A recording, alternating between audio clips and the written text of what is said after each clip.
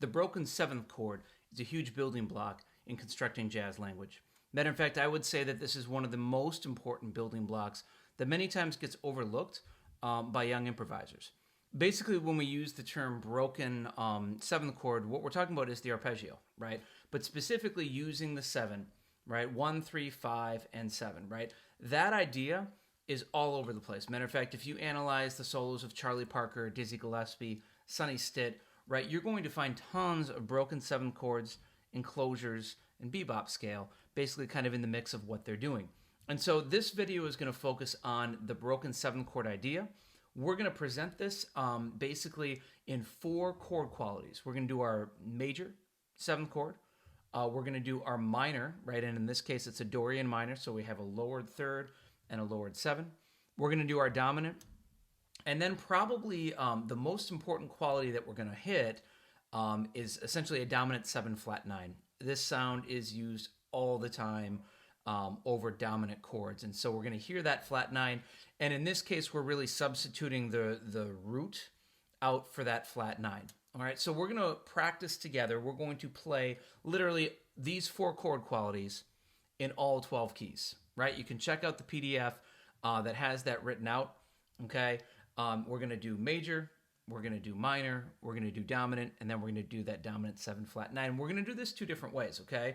We're going to do it starting off the root, and then we're going to do it starting off the third. So like if I use common practice theory terms, right, we're going to do the broken 7th chord in root position, and we're also going to do it in like what will be its first inversion, basically starting on 3. So we're going to go 1, 3, 5, 7, but we're also going to do 3, 5, 7, 9. And that arpeggio is even given sometimes the nickname of like being the jazz arpeggio, because that sound of starting on the third of the chord, right, and going up to the 9th is just embedded in so much improvised line that we hear kind of in the bebop and hard bop eras. All right, so let's practice together.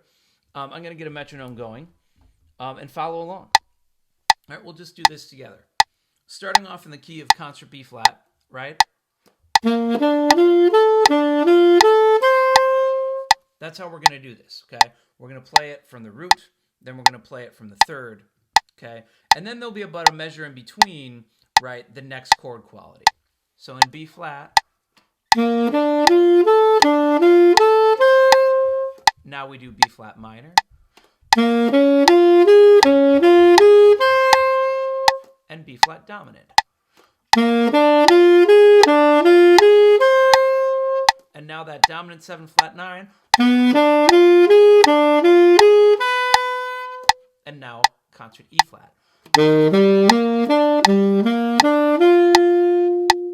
Minor.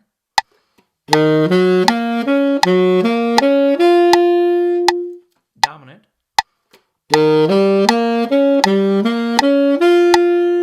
And dominant 7 flat 9. Go to A flat.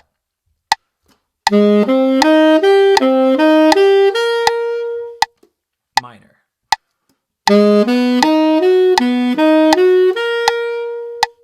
Dominant.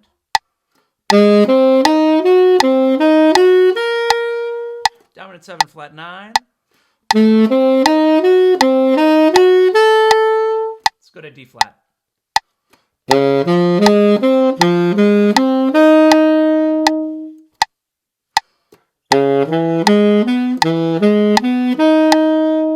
And our dominant.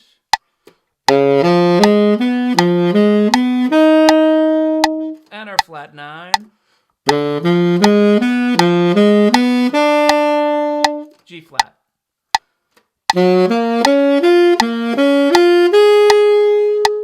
Minor.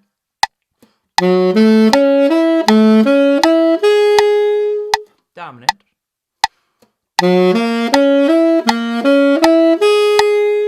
Dominant 7 flat 9. And our C flat.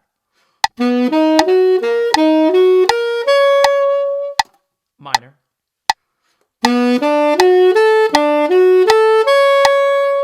Dominant 7. Dominant 7 flat 9.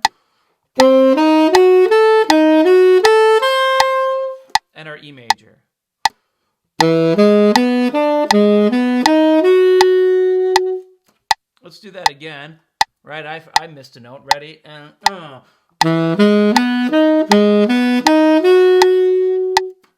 minor. Dominant.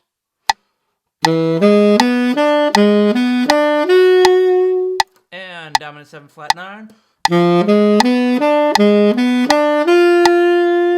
And A major. A minor.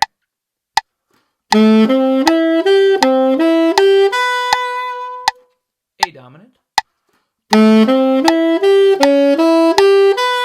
Catch the major third on that.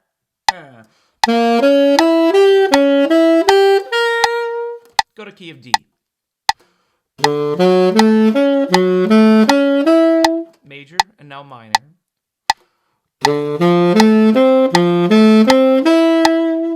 And dominant.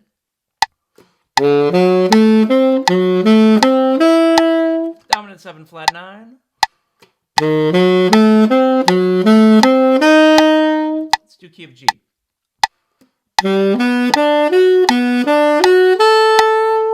And minor.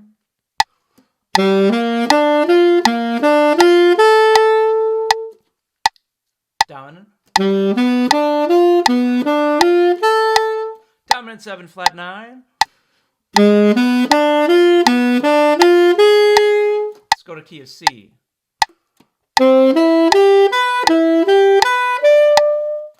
C minor.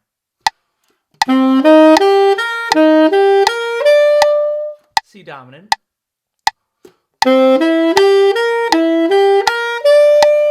And dominant 7 flat 9.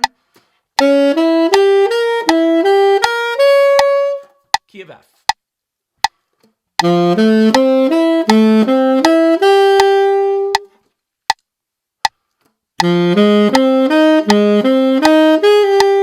And dominant.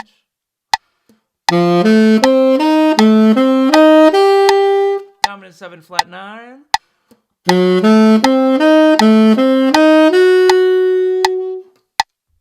And so if you were able to follow along, right, that is all 12 keys for those 4 core qualities. And if you can start building and working on that building block, that is, again, tremendous. That is in so many solos, so much bebop line.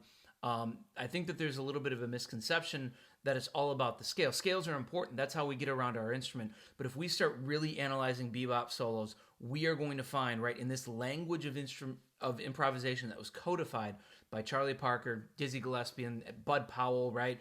The thing that we're going to find is that it's mostly this broken 7th chord concept with enclosures, right? And we'll get to enclosures. We'll add all of that. But this as a starting point, as you start building these musical line and kind of working on the building blocks, this to me is the starting point right here. Keep redoing this video, get really, really, really good at just this concept, and then come on back for the next one, because what we're going to do is we are going to start changing the direction of this 7th chord. So it's not always going up, right? We would also obviously have the option to do descending patterns on this as well. All right, so happy practicing. Get going on it. Email me with questions. There you go. Broken 7 chords, all 12 keys. This is a great practice video for you to use to build that foundation.